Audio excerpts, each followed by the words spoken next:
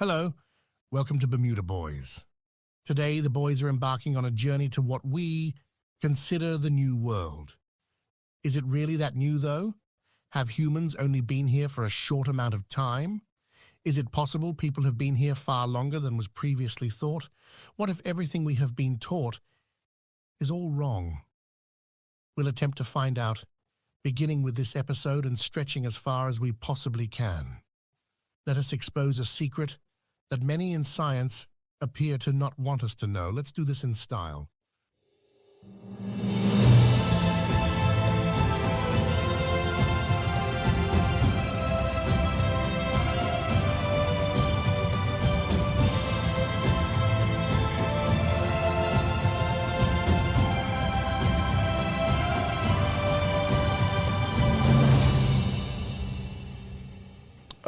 Welcome back.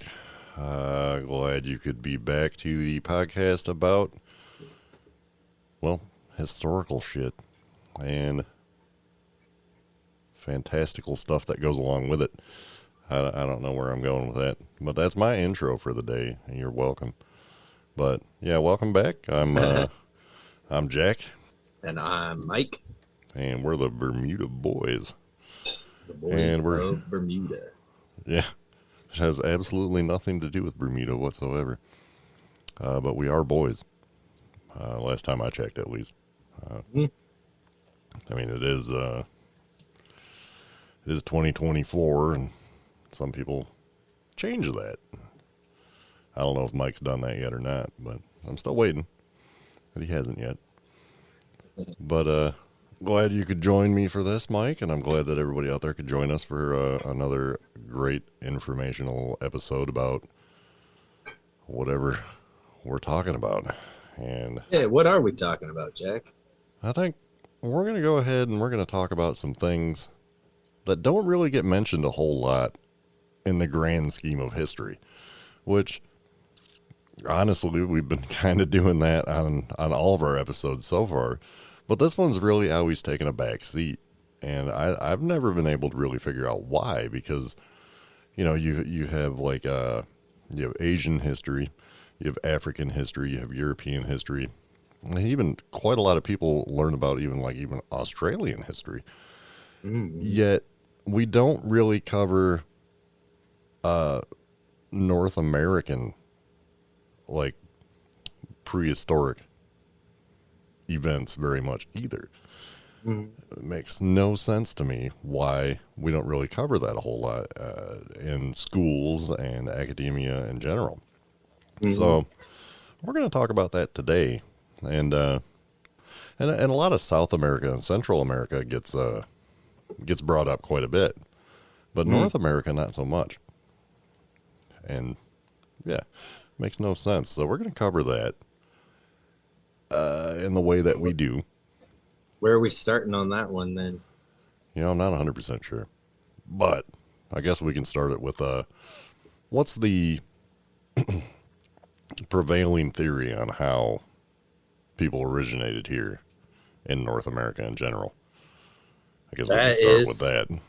That is an interesting question, because for the longest time it's been something called the Bering Land Bridge theory, or Beringia theory, kind of linked in together with something called a short chronology theory or hypothesis. I forget the exact word they use there. But basically, it's the idea that all of the Native American peoples in all of their diversity, and First Nations people and Mesoamerican and South American people, came over a land bridge during the last interglacial period about 10,000 years ago. That's been the prevailing idea from, I think, like the late 1800s. Before that, the main archaeologist from the Smithsonian was adamant that there was no Native Americans here before 2,000 years ago, I think it was, or 4,000 years ago.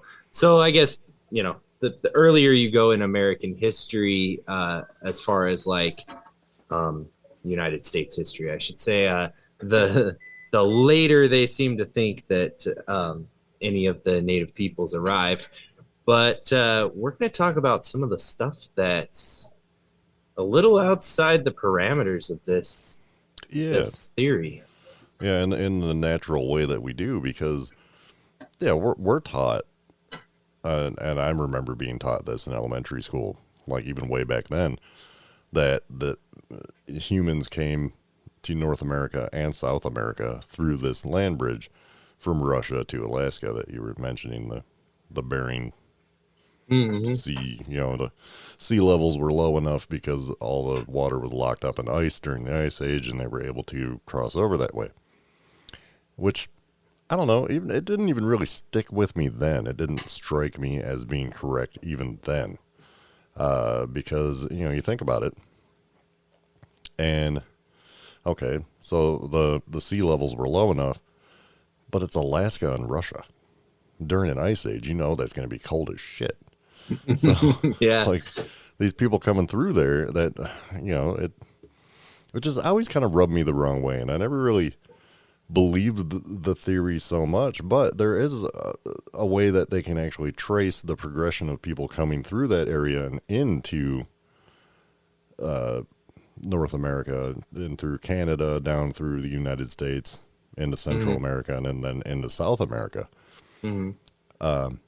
But there are also cultures that did exist here during the last ice age.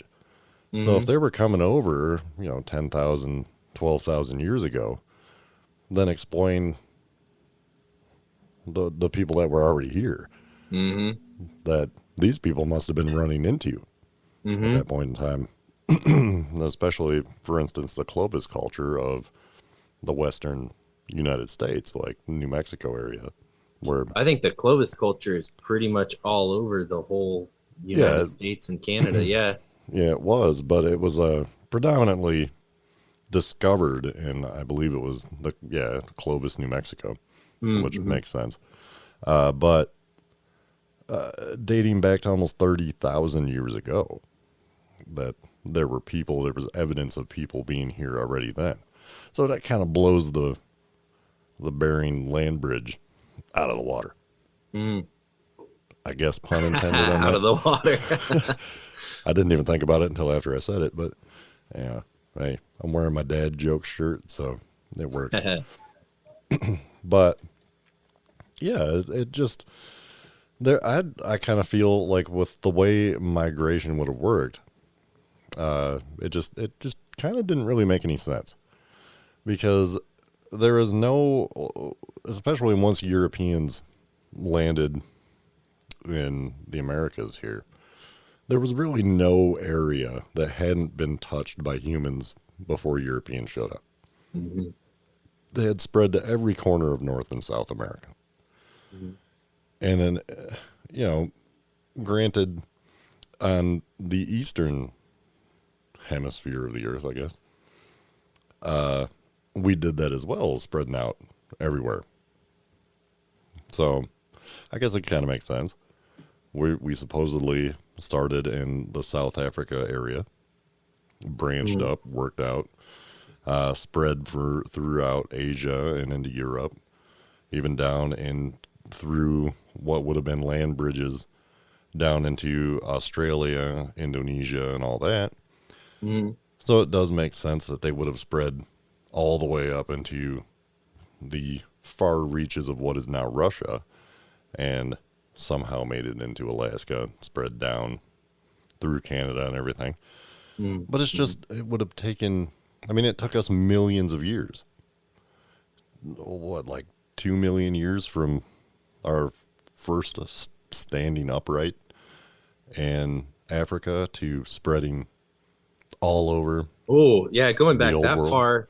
Yeah, if we're going back that far, that was 7 million years. I think the Yeah. first upright ape was Sahelanthropus chadensis. That was 7 million years before now. But if we're talking about pre-human hominins, oh, I got some fun stuff for you. Yeah, which I don't know if that's necessarily an episode for it this time, but But I'd be glad to talk about it at some point in the future. Well, For sure. it But might be, but yeah, we'll have to see. but maybe it'll tie in. We'll see. Mhm. We never know where these episodes are going to go. That's a great thing.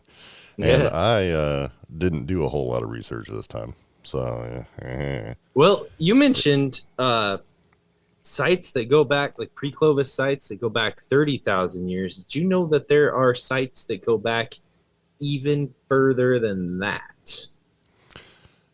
I did not. Like, I've heard of the Clovis, and then I've heard of, like, pre-Clovis. Mm-hmm. So there's, like, a pre-Clovis?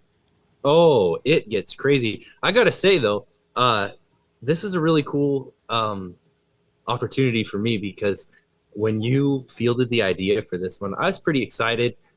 I don't know much about this area of archaeology or anthropology. I don't know very much about the prehistory or history of the United States altogether that much. So I sat down and did a little bit of research, and boy, was this fun. So there is evidence of peopling of the Americas that goes back. Yeah, like you mentioned, there's a few places that are like, 20,000, 30,000. You've got some that go back to 40, 50,000. There are a couple of notable sites that potentially go back as far as 1 or 200,000 years. Oh, And there is wow. one site in Mexico, Huaylatlaco. Uh, I'm shit at pronouncing this, but Now, there's this place in Asheville called Huaylatlaco. White Duck Taco. Is that what you're trying to say? Anyways, it's a place in Puebla, a state in Mexico. They're dating. They have several methods that they used, including uranium dating and geochemical zircon fission track dating method. And they got between 260,000 and 370,000 years ago at that spot. Hmm. Um, Wow. Yeah, so this goes back a ways, and then you've got everything in between. I mean, there's a place in Brazil that has 48,000 years ago, place in Kentucky 37,000 years ago. Even in White Kentucky, Sands, really? yeah, White Huh. Sands, New Mexico has the famous human footprints with 20 to 23,000 years ago. Something that I noticed in my research is there seems to be two different sets of evidence. There's the stuff after 30,000 years ago, more recent, and there's the stuff before 30,000 years ago. Mm.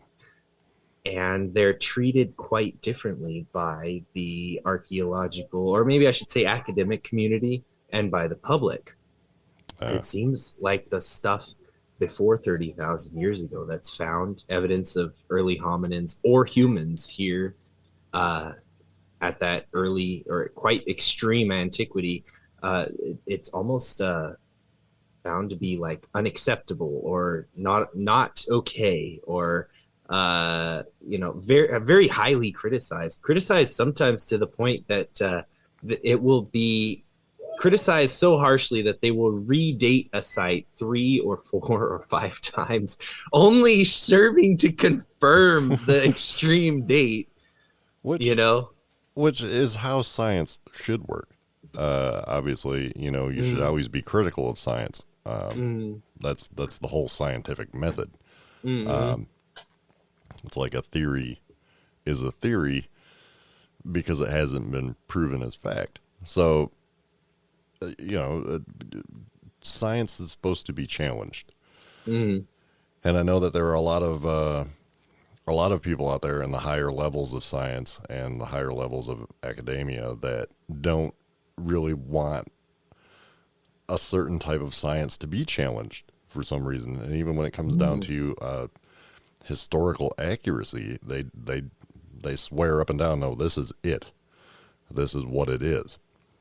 And they don't want it to be challenged. And to me, that makes no sense.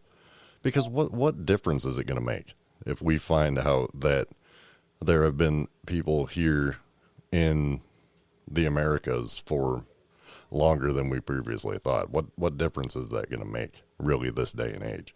You know, but That's a good question. yeah, and that's one I can't answer. Uh, I can't even fathom why people would want, why we're taught about the Bering land bridge and all that. It makes no sense.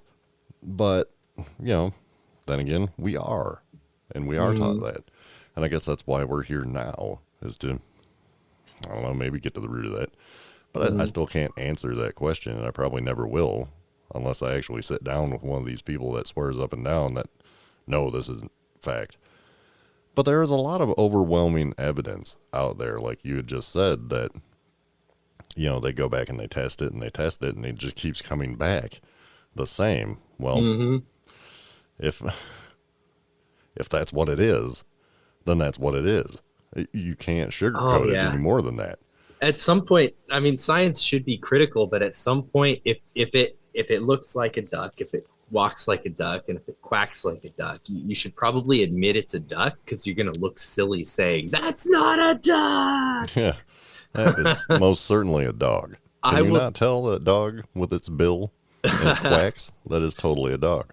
I found some of the funniest stuff. So I talked about challenging the dating methods to where they redated again and again and again, yielding the same results. Sometimes they would date it so many times that the only thing that would start to become evident is the actual range of the margin for error of their dating method. So it's like sometime in this range, like it's obviously ancient. There's volcanic ash over top of it. But one of the other things that I started noticing, one of the other trends that I started noticing in these sites with extreme antiquity is criticism that the site was naturally occurring, sometimes to the most ridiculous degree that one site down in Brazil, let me pull up the name for it. It was called Pedra Furada in Piauí, Brazil. The critics of this site said that the stone flakes and stone implements found at this site, due to their great antiquity, were likely naturally occurring and likely were made by prehistoric monkeys, capuchin monkeys. Yeah, because they're totally known for their stonework these days. But this many years later, I'm telling you what, like if you've got monkeys that are there and they are shattering rocks to make tools and then using those tools and then making fires, because these rocks were found in hearth pits with charcoal that could be dated, and then making fires with their tools, you got some pretty smart monkeys. Devolving to the tree dwellers that they are now. Exactly. It's almost more ridiculous than just going, oh, look, that was people. And that has always been one of the things about evolution. I know it's going to kind of go off on a tangent right now, but that's one of the things about evolution that has always kind of bothered me, is that as we as human beings evolved from apes, but apes are still here. They didn't continue to evolve, but we evolved from them, which kind of, makes sense. But why didn't they evolve along with us? I mean, like, why are we the only animal that turned into the way that we are? I mean, there are many, many other highly intelligent animals on the planet. Octopi, for one, extremely intelligent. Birds are very, very intelligent, especially crows. Crows and ravens are probably one of the most intelligent and social creatures on the planet, aside from us. Whales, dolphins, all these animals had the same opportunities as us to become the dominant species using their intelligence. And we're the only ones that actually made it. Yet the animals that we came from are still here. Now, the animals that dolphins came from aren't. So, that's something that I was just kind of, I guess keeps me up at night every now and then. But it kind of brings me to a theory that there is out there about, and going back to the Bering Land Bridge once again, is that it didn't work the direction that we were taught that it worked.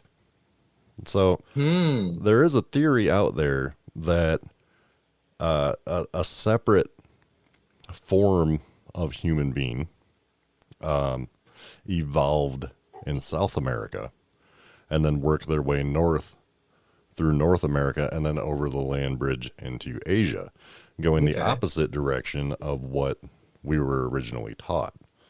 So there is a lot of evidence, as you were mentioning, of people being here for much longer than we actually thought and what we actually believe and what we're actually taught and everything like that.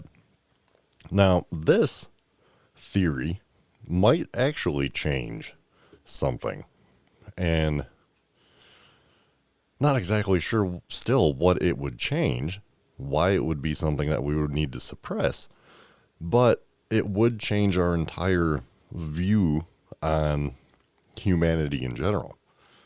So the possibility that we had two separate species of the same type of human being, which essentially is how it did work. I mean, we had the Neanderthals and the Denisovans and the Floresiensis, the Hobbit, the little tiny guys in Indonesia, and cute little guys. we even had some, like our last common ancestor, Sapiens and Neanderthalensis, came from Heidelbergensis, and they were still around while we were rocking about in Africa and the Middle East. And then, dude, even some of the older ones, the Homo erectus was still around, contemporary with early Homo sapiens. So yeah, there was other species. We used to be a part of quite a complex and a vast array of other hominin species. We were just one of them, and something changed, and we really just kind of overtook all of them, and they kind of slowly faded out, unless they're still around as Bigfoot, but I doubt that. I doubt that as well. And we'll leave that to the other podcast to, talk about that one. That's more fringe, I guess. But there is a lot of evidence of, especially with the Neanderthals, it's with interbreeding. And what do we have, like 4% Neanderthal DNA in us nowadays? The majority of, especially Eastern Europeans, tend to have a greater amount of it than other people, and a lot can carry the Neanderthal gene. I'm one. I carry the gene myself, and most Caucasians do. Actual Caucasians, not just people they call Caucasian just because they're white. I'm talking about people from the actual Caucasus area. But yeah, I have the big brow. I have the hairy knuckles. I got all that Neanderthal shit going on, and I do carry that gene. And people have been continuing to pass it on because, we did interbreed. And so that is how evolution does work amongst species, and species that are very similar. I mean, you look at dogs and cats. I mean, the breeds of dogs and cats that we have now, 100 years ago, we didn't have them. They've been pretty much bred into existence. So it can happen with the species that are very similar and close. I mean, you look back at dogs. When we first started domesticating dogs, there was only one type. All coming out of the Ethiopian jackal or something like that. Yeah. And so these guys started hanging around our camps and whatnot, and because we feed them scraps or they pick up scraps of food, and then eventually they became useful for hunting and stuff like that. And then people found the same thing with what the Native Americans did with the tomato or the potato and corn. They learned that they could start out with this one simple plant, and over the years it grew into what we now know today. That's another wild one. We've talked about the Neolithic Revolution. the New World domesticated a whole different set of plants. Yeah. They didn't domesticate the same like wheat and barley and carrots and all that sort of thing. It's potatoes and corn and tomatoes Yeah. and squash. All stuff that's staples today. Like, Yeah, yeah. and on both sides of the planet. So it's Mm-hmm. like, tomatoes. When you think of like a tomato, you usually think of like a Mediterranean culture with it. Mm-hmm. But yeah, it originated in South America. Yep. It's and they had many different types, and it spread everywhere across the Western Hemisphere. And when Europeans landed here, they discovered the tomato and Mm-hmm. brought it back. We And are digressing we are very out much of so. super ancient But Americas, but you it's kind of fits.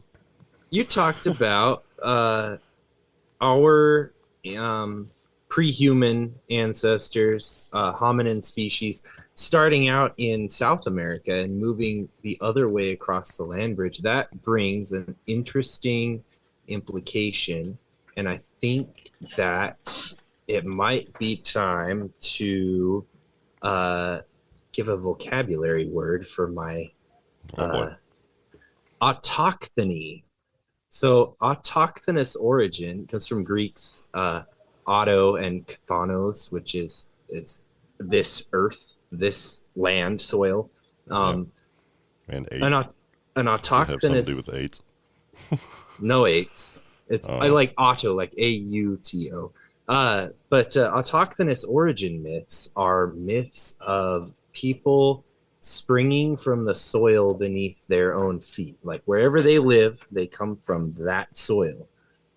Um, if humanity originated from our last common ancestor, and that last common ancestor was from America, that would differ quite significantly from the accepted understanding that there was nobody, no people, human or otherwise, here in North America or South America, and that just a mere 3 or 5 or 10,000 years before we showed up with Columbus and Jamestown and the Pilgrims and all of that, some other wanderers kind of showed up and set up camp as well, and now here we are, two groups of wanderers that kind of share a continent.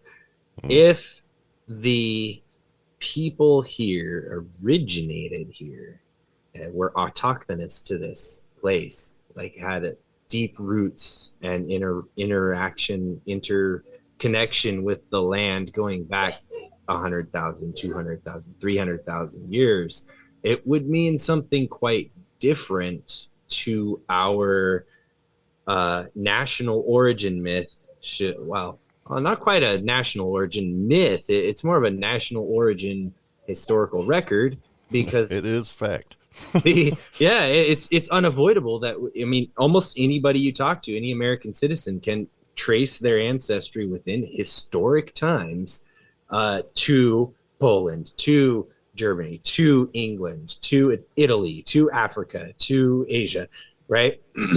And the only ones that don't fit into that kind of national model there is the Native Americans. So saying, oh, well, they're also immigrants, it's just, a few thousand years before us, It, fits them into our little neat category of, uh, but this day and age, we can take our DNA testing, and all right, so I can trace my DNA. I haven't, but I can say that I could trace it back to where I'm from. Up to just a general area where my ancestry would come from.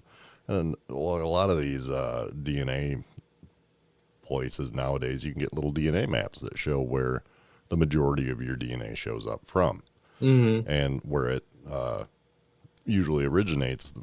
The larger amount of that type of DNA comes from. And yeah, like you said, most of us of European origin, we can trace back our very localized history to when our family usually first came here. Our ancestors first came to North America. And like I've done this on my dad's side. I haven't on my mom's, but another day. But on my dad's side, I traced it back to, it was about 1880s that I had a Prussian ancestor immigrant come here with the same last name and everything, and he moved to Indiana, and then that's where he started his family, and then so on and so forth. I can trace that. Now, Native Americans and First People, when they do their DNA test, it all shows up to here. There's no, okay, you share the same DNA with the majority of Asians, or people that they supposedly came from as immigrants. So they don't share that same DNA outlook. So it kind of makes sense that these people had already been here and originated here, and this is where they are from. They were not immigrants to begin with. I mean, this another one of the things that kind of throws the Bering Strait just once again out the window, because all right, you're a South American person who is native, and you get your DNA test done, it's going to come back as South American. Now, if you're of European descent or of African descent, say in like Brazil in South America, I think it would be the best example of that. It's going to show your European or African descent DNA map for that. But an actual native, like native, they don't have that. It all just shows up as this is where you're from. Yeah. And it's the only, like you said before, it's the only culture, I guess, for a better lack of a word right now, because I can't think of one, that just only shows up in this one area. And genetically, they're not much different than the rest of us, but they are at the same time. Like, we don't share anywhere near as much DNA with Native American peoples as we do with, Asians, Germans, or Africans, Middle Easterns or something. Yeah. Even Australians, Aboriginal Australians share very, very much the same. Like anybody from the Eastern Hemisphere shares everything pretty much. But then you get all these people that originated over here, not even close. Yeah. So, I mean, it does. I do wish I knew more about DNA. I am more of a myth and history guy, so I might have been a little bit out of my element in researching this, but That's all right. I don't know much about it either. And I don't know. Maybe I am spouting out my ass. Who knows? But it's just stuff that I've heard a lot about. And for a while, a good few years, I was really into it, and I was reading a lot about this stuff. Books like 1491. I can't remember the guy who wrote it. Or the other book, Guns, Germs, and Steel. yeah. It's just we as a culture, an invading force in a sense. Not even in a sense, it's what we were. I mean, the manifest destiny and all that. We saw this land as ripe for the taking. The people that lived here didn't deserve it. I can't explain why, but we as human beings, and that's what we do. We find an area, we move into it, we take it over. We've done that to every corner of the planet. We're now doing that to space. And I'm sure at some point in history, in the future, we will be colonizing other planets. That's just us. It's human nature. And it doesn't matter what's there. we're going to take it. Mhm. But yeah, going back, kind of lost my train of thought on where I was going with this. But oh yeah, we're taught that what we did was right, and now we need to get along and everything, make it all hunky dory. But and I think that is one of the main reasons why they kind of dispel and call these theories fringe science, because they don't want us to realize that we did horrible things, even though we know we did. Yeah, there might be a bit of us coping with the idea, Extreme of genocide. of coming in and committing a genocide or conquest of sorts, and it really is a clashing of that autochthonous origin myth versus a migratory population origin myth, because one thing we try to do as people, I think it's a human constant, is we try to relate to other people. We try to uh, see how I'm the same as you and you're the same as me, right? So if you've got this archaeologist who is looking at native cultures in the ground in archaeological record and probably interacting with tribal members and stuff, he's going to be working to try to relate. He knows that he came from somewhere else. This archaeologist, he's got his great grandfather was German, or back in 17 something they came from England or something like that, right?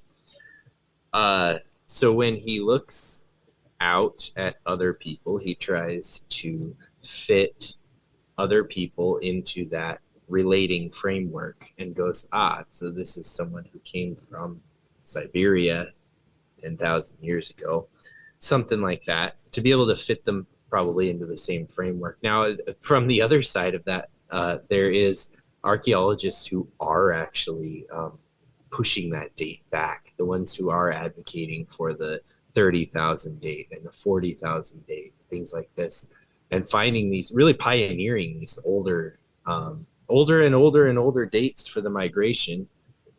At some point, we're going to get some reconciliation where the archaeologists who are pushing back the date from 10,000 to 12,000 to 20,000 to 30, and then you're going to meet the guys on this side that they're calling crackpots nowadays, who are saying 100,000, 200,000. Eventually, there'll be a what is that called? That discrepancy will go away. It probably just needs some time. But I really did see, while I was reading through it, I really did see it as like a clashing of these two cultural myths. The travelers coming in. If everybody's travelers, then we can just kind of get along with fellow travelers in this empty land we found ourselves in. Because then it's not their land either. So, exactly. Whereas we can justify it.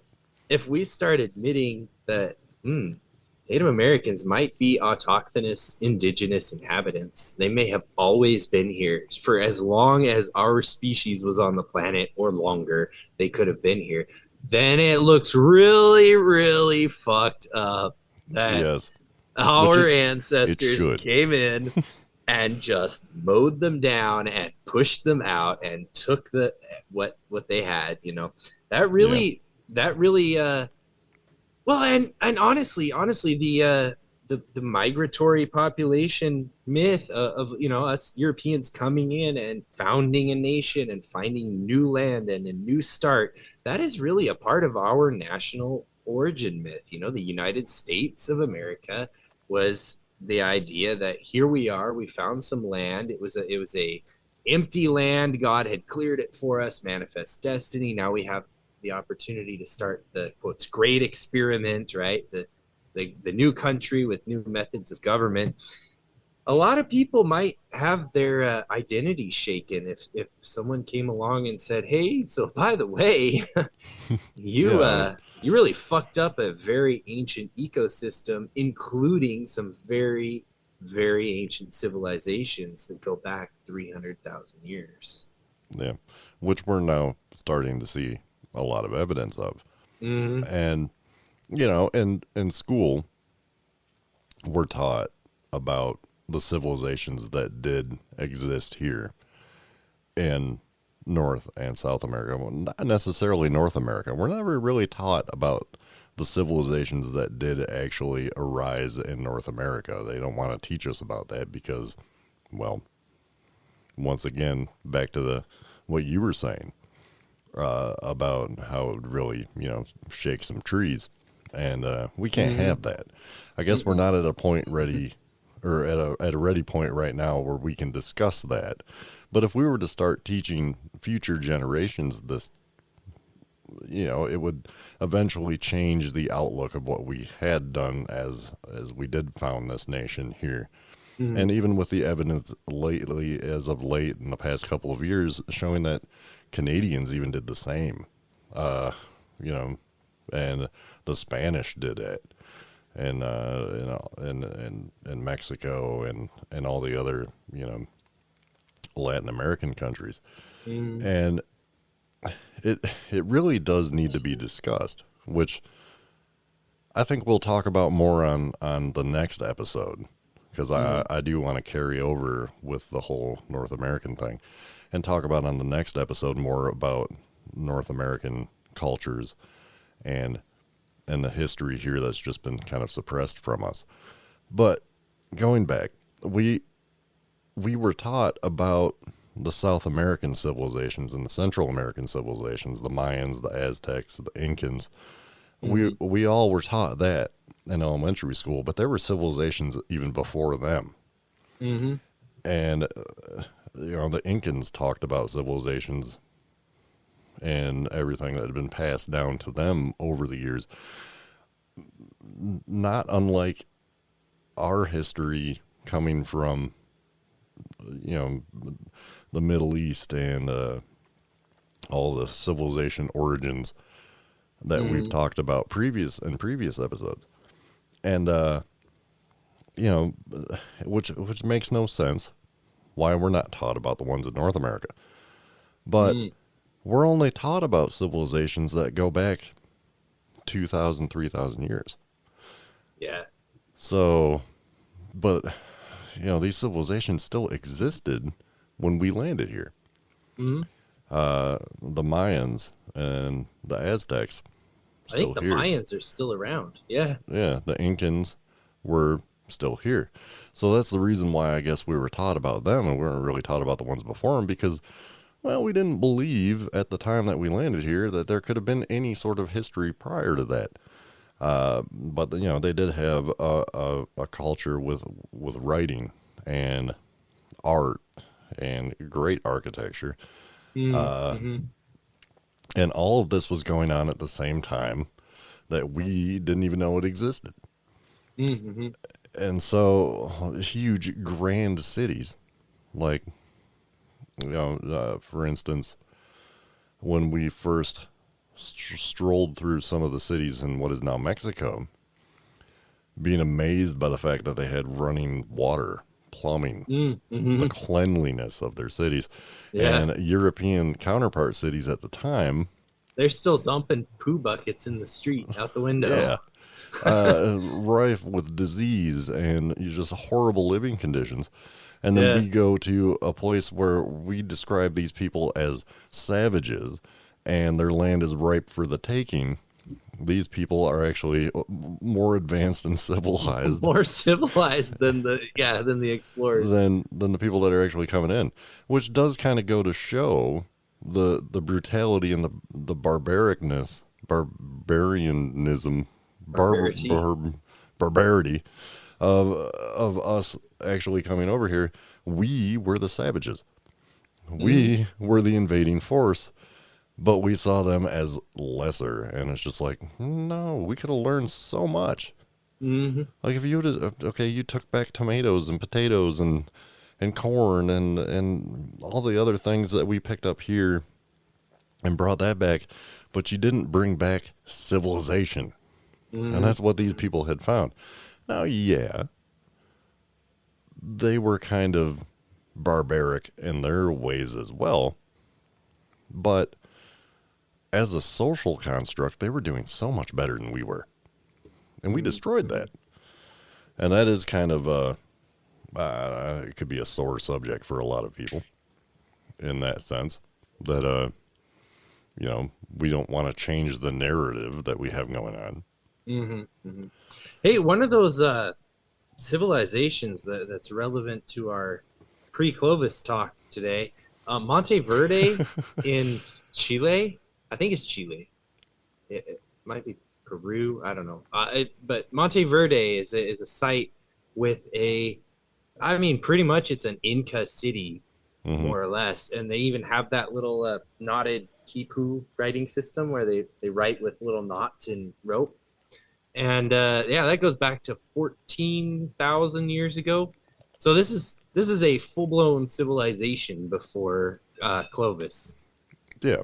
In South America, not North America, not on the way from Beringia, but down in South America. So we have evidence of actual construction, actual huge, like we had talked about on our previous episode with the megaliths and whatnot. We had evidence of that in the northern hemisphere in North America. And then in South America, we have evidence of just grand cities that were built up around the time that we were first, talking about these people migrating through the land bridge. Okay, so if the common knowledge is that Native Americans came over this land bridge 10 to 12,000 years ago, and even as far back as maybe even 30,000 years ago, if they really, really push it, yet had time to migrate so quickly down to South America and suddenly just be like, you know what we should build here? This big, huge stone city with these slabs that you can't even put a credit card in between. They're so what did they do? Cut so well.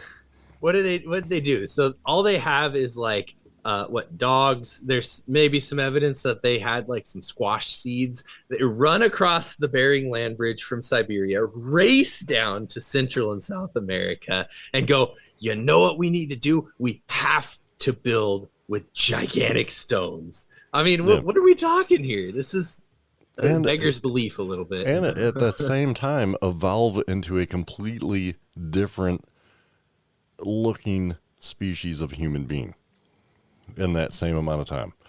You can pick up a native... Point of clarification, not different species. We're all Homo sapiens sapiens. Yeah, but just we do have different phenotypes. Different looking. Yeah. So, like, all right, so in the amount of time like that they spread out and became what we would call the First Nations people of the United States, at the same time they went to South America and became completely different people. And that makes no sense. Just look at just the different types of people that we have here in the Americas now, that among the native cultures, how much different they are. Obviously, they all had to evolve separately and differently to be able to look the way that they do, different from everybody else. Just look at like the Eastern Native Americans that we have here in the United States compared to the Western Native Americans. And then you got the Plains Native Americans in the middle, and they all look different. They all evolved separately. And it's, then you go south, you got the Aztecs look completely different than everybody else. You got the Mayans even look different than the Aztecs. If you take, so you get the same kind of situation in Europe. If you take like a like you were saying earlier, a person from like Georgia or Azerbaijan, somewhere in the Caucasus Mountains, and then you take someone from like northern Scotland, they're going to look quite different. And they're going to look different from a Finnish person, look different from a Spanish person. But if you were to take a population of just people from, say, central or southern Spain, and you just took like, I don't know, 100,000 of them, or 200,000 of them, and you plop them down in like, I don't know, the middle of nowhere, like let's say northern Mongolia, and you have this population there for 100 years or something like that, or 200 years, whatever. And are they going to look like all different? Like, are you going to have some of them look like like tall and sturdy, and other ones like super short and scrawny?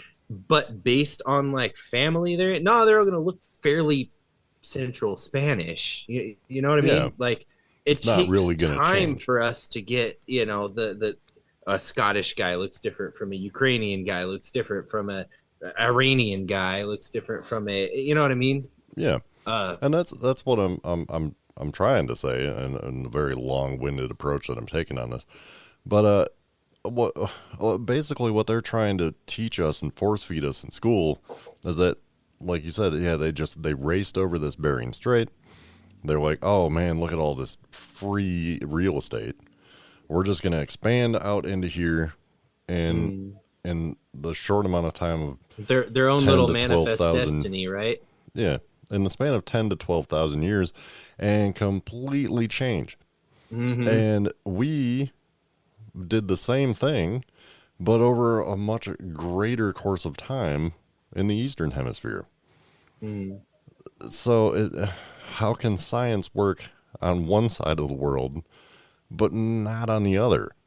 Yeah, totally different. Yeah, and yeah, it just like starts pointing out kind of the margins for error, like I said earlier, not just the margins for error for the dating method, but the margins for error that the scientific method has. They come up with their hypothesis for the thing that makes the most sense. Well, hey, what did we do when we got here? We had our manifest destiny. Look, they had their manifest destiny before us. It's just cycles, and yeah, it makes far more sense to me that they were just here. There is a reconciliation of the two kind of ideas: the migrant population racing across the land bridge, and the autochthonic, like autochthonous origins one. And it's before maps and global representations of the world, where you can look at, oh, look, there's Siberia, and then if I draw my finger all the way across here, there's Alaska, and then there's Canada, and then there's Washington State. People before that, they just went like they knew, okay, well, I live here, and there's a valley over there. Well, Yeah. we're running out of room here. I'm gonna go over the hill. I can hear birds singing over there, so I know that there's something over there. I'm gonna go over the hill with my wife and my kids, and we're gonna try to make a little life over there. Now, let's say that happens every generation. They only go what is that, a couple miles over that hill, right? But then Yeah. you multiply that by 500 or 1,000 generations. Now you've moved. Your population has slowly moved without actually moving. Nobody picked up uh, stakes and moved like we did back in the pioneer days. You go out and make a land claim stake out in Yeah. Midwest or whatever. Nobody did that. They just, well, I'm gonna go build a little cabin right over there. You can just see it It from was just like here. a slow creep of a boundary increase. Yeah. So eventually you could have the legends like that the Navajo and the Puebloan people in the Southwest have, that they crawled, literally their origin myth is that they came up from the caverns in the earth directly under Navajo reservation land. Well, I mean, yeah, I mean, if you think about a slow creep as a part, as we've described here, this reconciliation, yeah, I mean, kind of, it makes Yeah. sense. Um, It makes However, way more sense than what we're taught, for yeah, sure. however, it still is coming through that whole Beringia idea, that they had to have come from somewhere else. When, well, why couldn't they have come from right where they were at? Maybe not specific in Navajo reservation lands, but Yeah. somewhere in North or South America or Central America, But somewhere here. the thing that, kind of really sticks with me over the years that I've noticed is that, say for instance, like the native people of Alaska and northwestern Canada there. Mhm. All right. they tend to have the same DNA as people of Western Asia, like native Siberians and whatnot, and Mongolians. So they all kind of Oh, tie that's in East Asia. together. Yeah. Is that what I said? Did I You say it said wrong? Western Asia. Okay, I meant Eastern Asia. My bad. But yeah, they all, they tend to have the same markers and tend to kind of look alike as well. So Mm-hmm. that it does kind of lend credence to the theory that people did come over a land bridge 10 to 12,000 years ago. It does make sense. We can prove that they did. But the problem that we have is that there were already cultures here long before 10 to 12,000 years ago. So it's not like they all just came in and just flooded in to North and South America. You know, they did, but they didn't go all the way to South America. They didn't go all the way through into the rest of North America. There were already people here. There were already huge advanced cultures and civilizations here when people crossed over that land bridge. And the people that crossed over the land bridge are still in pretty close proximity to that land bridge, because in that amount of time, like you were saying, with the slow creep, they haven't really been able to spread as far. So you can see the evidence of the people that did come over, but they're still in that general area. They didn't really spread much further than that. So Yeah, you talk like the Aleuts or Aleuts. Yeah, yeah, they're like pretty much just right in those Aleutian islands right between. yeah, And they go back and forth. They do travel a lot. Well, Inuit travel a lot too. So they'll yeah. go like big ass long hunting treks across the Arctic. So I could imagine they probably spread pretty far. Yeah. There's Inuits in Greenland. So Yeah, they spread they've pretty pretty much spread all the way across northern Canada and all the way into Greenland, Yeah. everything like all across the northern part of North America. Mm-hmm. But there is really no evidence of them spreading any further south. No, yeah. So that Well, there was kind already of, people south. What are they yeah, gonna that's what I'm do? saying. That it kind of destroys our view of the accepted science, which is Mm, every single native of North and South America came from the people that came over that land bridge. mm, You know, it already makes no sense when you first say it. Yet we're taught it's fact. And it clearly is not. I mean, like we said, there's evidence of, you know, an entire civilization in South America at the same time that people were supposedly coming over this land bridge. yeah. And there's no possible way that this can be scientific fact. If there were people already building cities when these mammoth hunters were coming over. Yeah, yeah, Okay. for real. Like, yeah, there's still like cave lions and mammoths and shit like that running around. And these motherfuckers down in Chile, Monte Verde, they've got a walled city with like a plaza, and like they're starting to like knock cords into writing systems. Like, come on, dude. Yeah, they didn't just do this in 100 years' time. This was not just a one generation activity. They had clearly been here for a good amount of time already. Yeah, Now, yeah. that's not saying that the land bridge didn't occur prior. You know, we do have evidence of the one that did occur 10 to 12,000 years ago. You know, when the Uh, the the ice glaciers and caps, whatnot yeah. were receding. You know, it's the same thing like I explained on the last episode about the formation of the Great Lakes, everything like that. So Mm-hmm. we do have solid evidence of this land bridge existing.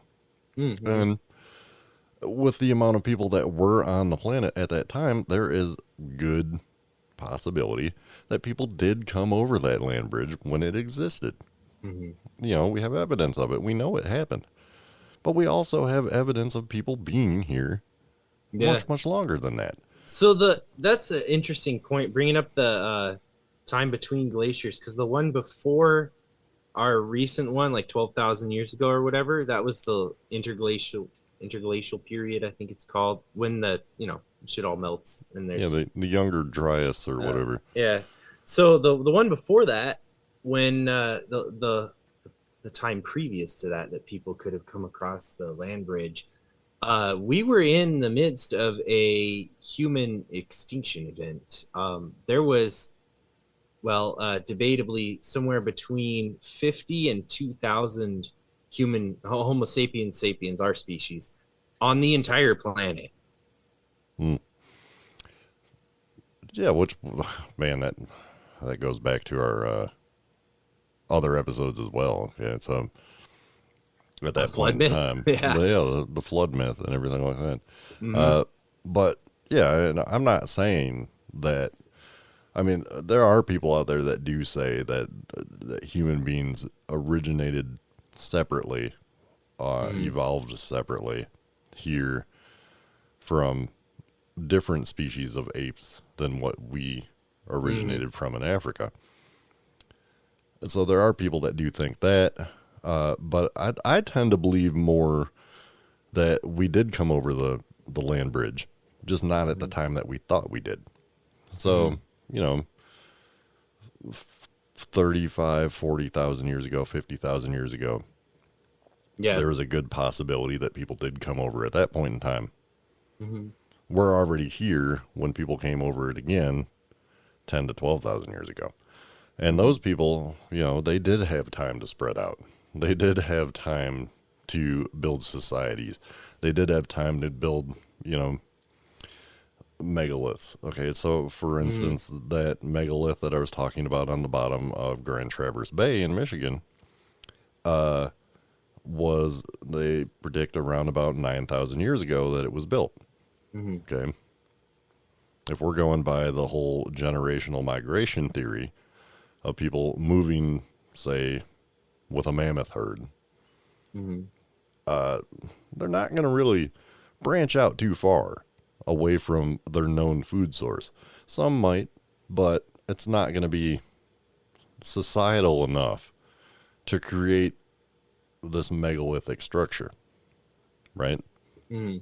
So at the same time they're coming over the land bridge, they're building this in Michigan, thousands of miles away. Yeah. That goes It back doesn't to, add again, up. did they show up at the shores of Siberia and say, all right, guys, let's huddle up. Yep. Let's talk about the plan. We're gonna run top speed. We have Fast as we can go. we have less than 100 years to get to the Great Lakes in northern Michigan. We don't even know they exist. Hey, Granny, sorry, you can't come. You're too slow. You can hold us up. We have got to book it. No, there's more. I think what you're talking about is kind of waves. Like there was a wave of settlement that came through in 30,000 years ago. A wave that came through in 20,000 years ago. A wave that come through in 10,000 years. It just kept kind of. Yeah. Is that what you're saying? And we have evidence of one of them, which is okay. Since we have evidence of this one, well, that's the one we're sticking with. That's where everybody came from. You know, that makes no sense. For one, we've already laid out the facts of why it makes no sense, because clearly there's evidence of habitation long before that. Yeah. I mean, we're finding stone tools from that has actually been proven to be from 30,000 years ago. And yeah, they definitely weren't monkeys. Okay. No, yeah. No, For one, sure. I think That one is dispelled just this earlier. such a ridiculous accusation. And I mean, it's not like it's from one of the archaeologists who was at the site. This is just coming from some academic who read the publication and is like, no, it was probably this, you know? Yeah, which, I mean, shame on you, sir, for even thinking so. Because, like, you know, if monkeys were so good with tools 30,000 years ago, what the fuck happened in between then and now? And yeah, and also fire too. So at this point, we're talking about monkeys are a natural, monkeys making fire and stone tools is just a natural occurrence. So Yeah, because it happens with all sorts of animals all the time. I know what happened. They just like my cats, evolved again. My cats just go into the living room and they start sparking flint and steel together, and they make a fire. Like, shit, Binks, quit putting a fire on my sofa, you know? It's like, man, he developed writing. It was amazing. And then he just went back to being a cat. Yeah. And it's okay. Shit. So that just like farts in the face of the theory of evolution, for one, because the theory of evolution states that it only goes forward. Mm-hmm. Every generation is better than the previous. It's pretty much how it works. There is no reason for any sort of species to devolve. And in fact, there is really no evidence of that at any point in time for a species to devolve. This is the survival of the fittest. It's always the best genes getting passed on. Generally, like, the vast majority of mutations are harmful and lead to either poor success with reproduction or outright lack of survival. It those usually few leads to ones extinction. It's those few mutations that occur with high enough frequency in the population to give them a better advantage to further specialize in their environment.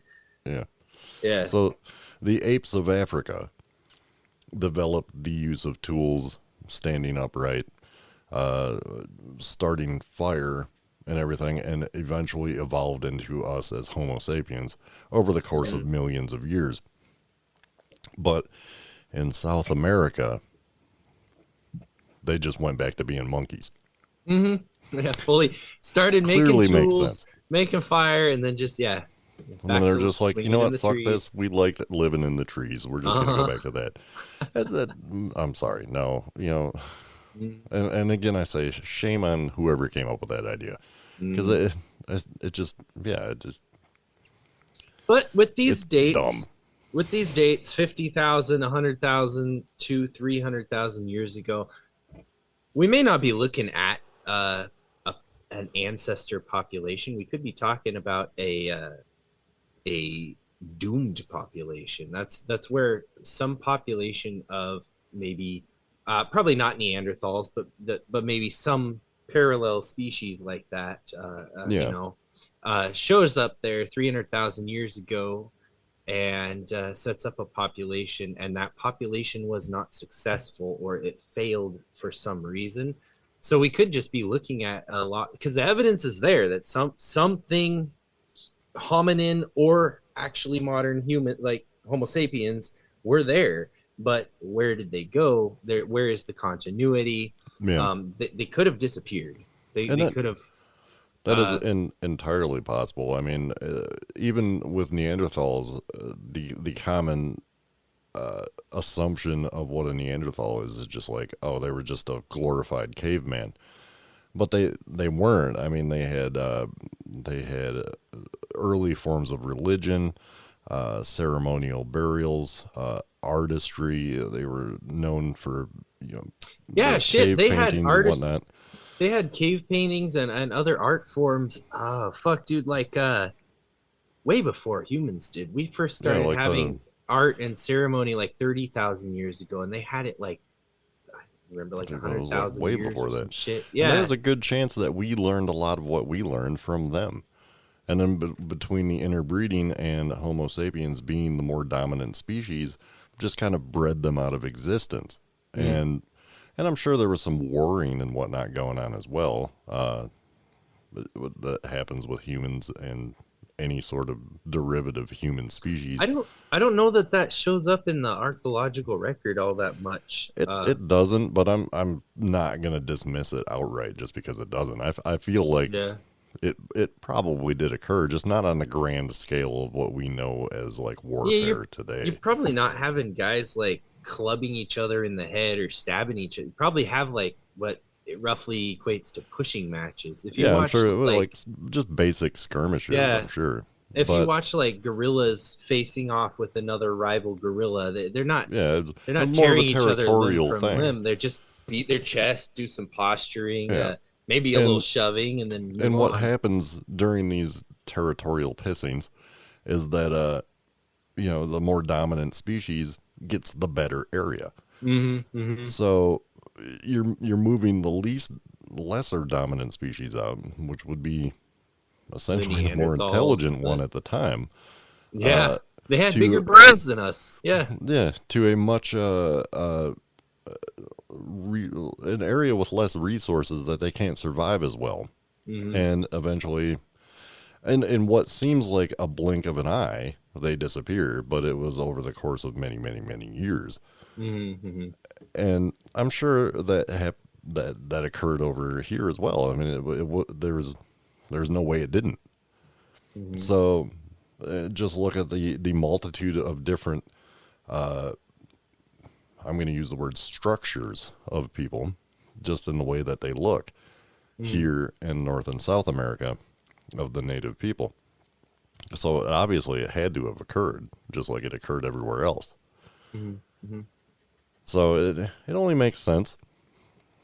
And like I said, we're taught these ridiculous theories in school, and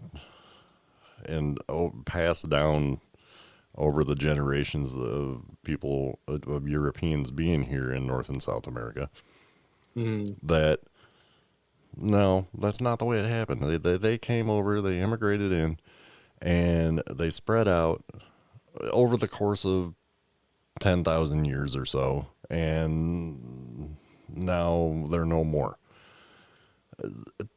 Yeah. Yeah. I don't know. This gets into a personal. I don't know if I've mentioned this on the show yet or not. So here goes. I have this personal axe to grind with the traditional definition of civilization. Yeah. So we think that it has to have, obviously it has to have like code of laws, writing system, agriculture or animal husbandry. It has to have all of these things to match our definition of civilization, right? So was the Mongol Empire, was that a civilization? Well, they didn't have a writing system at first, so only after they developed their writing system, then it was a civilization. Bullshit, dude. Same fucking Yeah. difference. Well, and it comes down to just, who wrote history. Mm-hmm. So, all right, so this So if we're culture, using, yeah, we're using they're like they don't look European like us. or Middle Eastern cultures as like our benchmark for Yeah. civilization. So if it looks more like that, then it's civilization. If it doesn't look like that at all, well, then yeah. Yeah, so with the Mongolians, for example, for a very long amount of time, the greatest empire on the planet, yet hardly ever talked about because they weren't Mm-hmm. white. And it's like, that's not really a tangent I want to get to on this show, but it is something that does need to be addressed. Uh, Yeah, different White ones getting just Europeans wrote pushed out history. to the yeah, So, and the rest just get kind of pushed out into the fringes and the margins. yeah. So, Mm-hmm. stuff that doesn't fit our narrative and our rhetoric, it didn't happen. Mm-hmm. But we know that it did. We're taught this. We have evidence of it. We know it Mm-hmm. existed. We know the Mongolian Empire was a thing. Mm-hmm. We've all heard of Genghis Khan. We've probably all share his DNA. Yeah, A what is good it amount like? of us, at least. What 1 in 10 men on the planet are descended from Genghis Khan?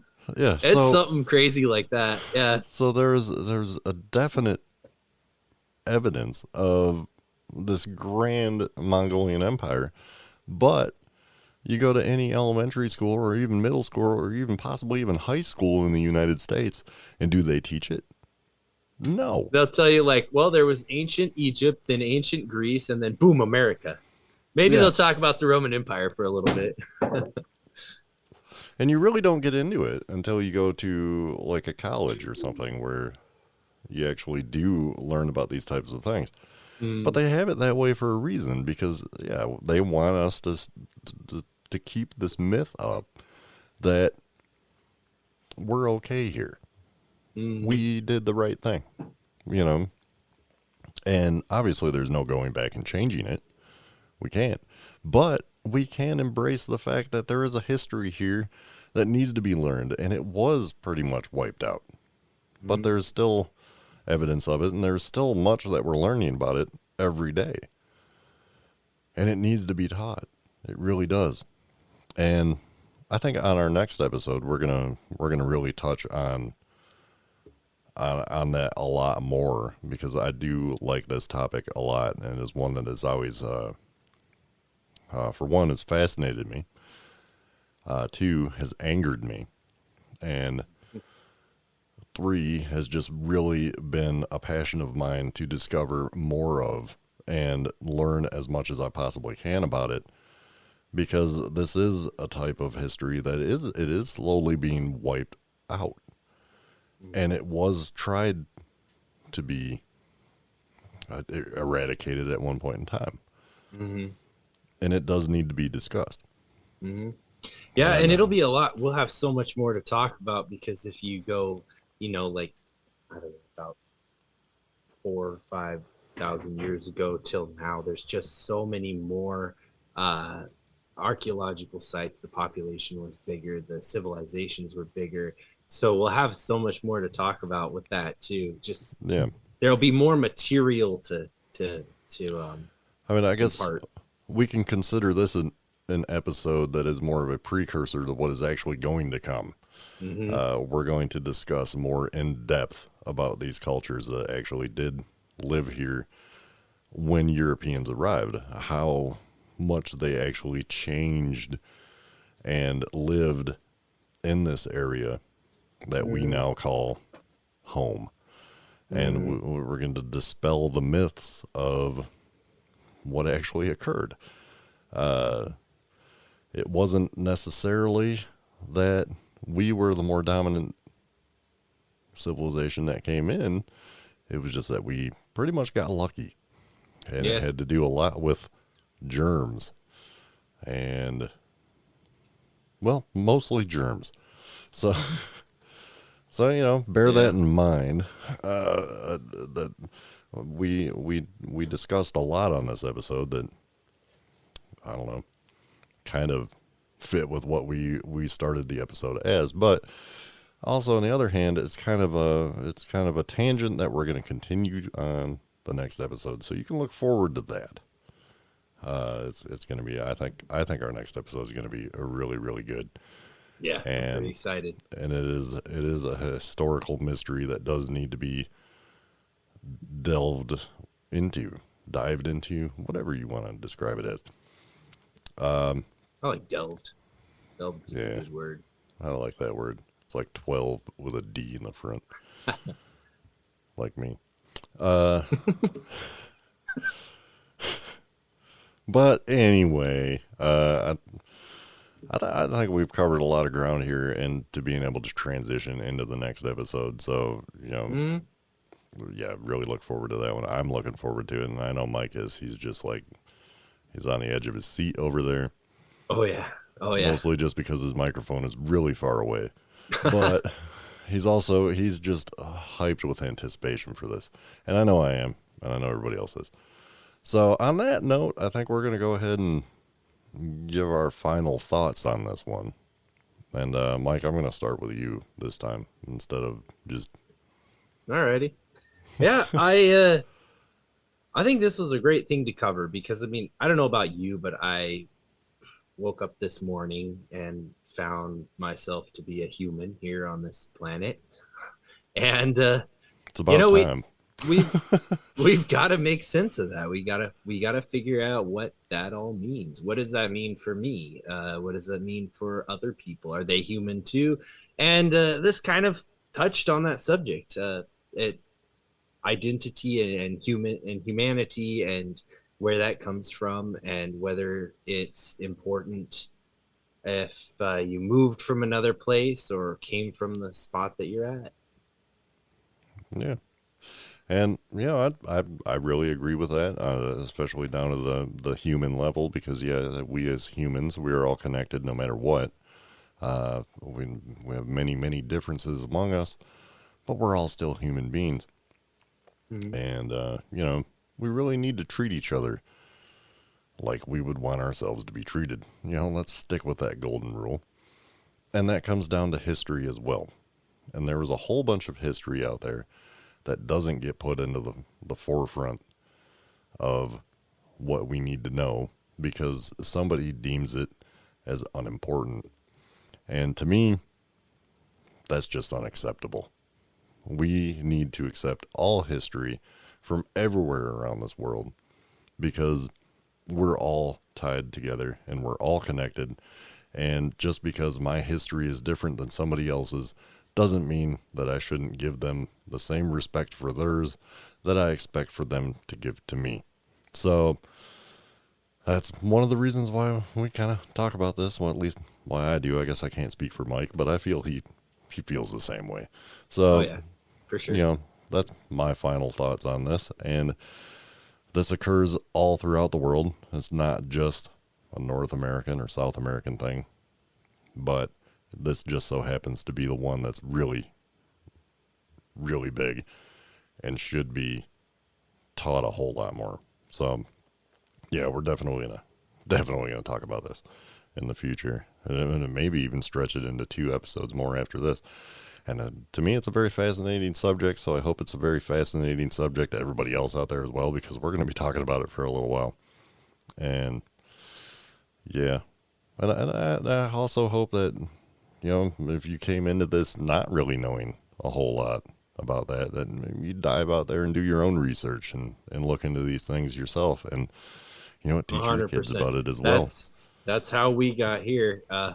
Yeah. Do your own research. I know Jack's done his own research. I do a lot of my own research. Yeah, Well, exclusively do my own research. I don't have anybody else I know that likes research as much as me. yeah, and that's good. You know, it's like I've always had an inquisitive mind, so I learning, and I'm always up for learning something new. So I hope that people do come into the show and at least come out with either a thirst for learning something new or picking up something, at least from us, that they didn't even really know about. And it sparks that curiosity,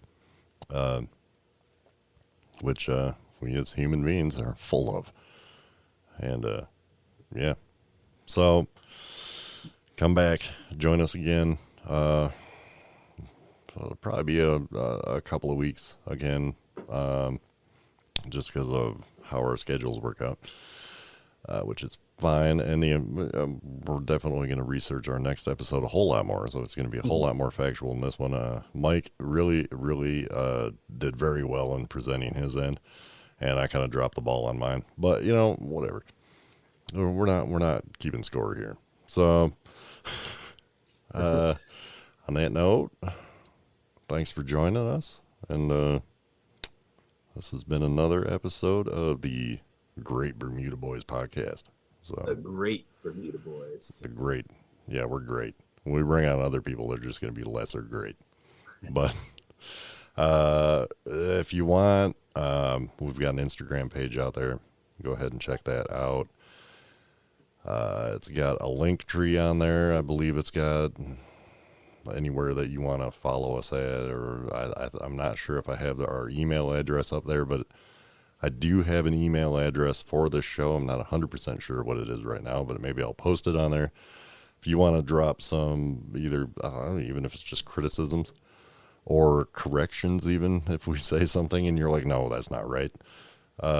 We'd love to hear it. We also, if you have any insight or theories of your own that you want to really just kind of spit out there and get us to talk about or hear, we'd love to hear that too. So, drop us a line. We're open to anything you want to tell us. So, go out and check that out on Instagram, Bermuda Boys Podcast, I believe. If you just type in Bermuda Boys, I'm sure it's going to show up. But yeah, thanks for joining us. And that sounded very sad. Thanks for joining Oh us. yeah, that was my Eeyore voice. Sorry. Well, I don't know. But good night, everybody. Good night.